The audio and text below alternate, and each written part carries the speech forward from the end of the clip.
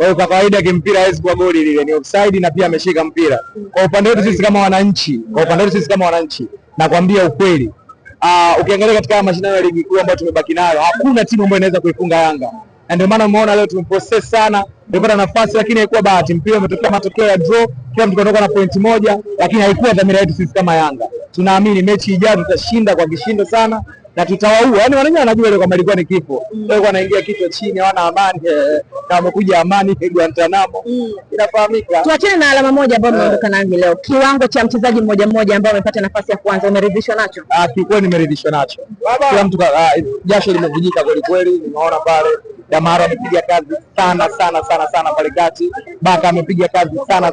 Wale ni wanaume kweli kweli. Yaani mwanaume Baka, yani ilikuwa kule, yani Baka asingekuwepo ile market tulikuwa tunazungumza vitu vingine.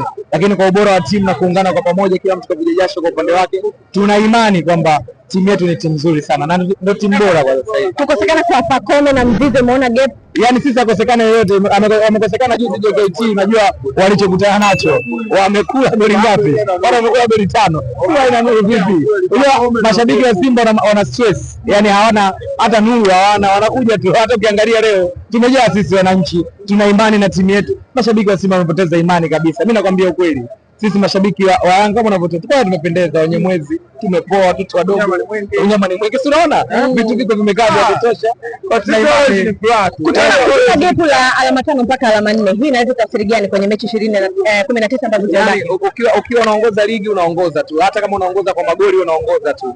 Poteza alama yoyote wewe bado uko juu pale. Juu kule ni baridi, sio rahisi kukaa juu. Kama ni rahisi wao wakakae juu. Na mimi nina imani kwamba msimu huu tutachukua ubingwa, tutashangilia, tutashangilia, tutaruka tafari sana. Neno lako kwa mashabiki wa Yanga ambao hawajaja hapa? Mashabiki wa Yanga ambao mjaja Zanzibar, mnakosa vitu vingi sana Zanzibar. Zanzibar kuna raha, kuna amani. Sisi tumekuja huku tunaona burudani Zanzibar inavyokuwa. Watu wanajumuika pia kuja huku pia wanabadilisha mawazo. Unajua mara nyingi sisi ambao tunatokea Dar es Salaam tunakutana na vitu vingi sana. Kelele, ni huku na utulivu, unauona kabisa Zanzibar ni shwari, kila mtu naye akaribie. Si ndio? Nikushukuru Shifta. Asante.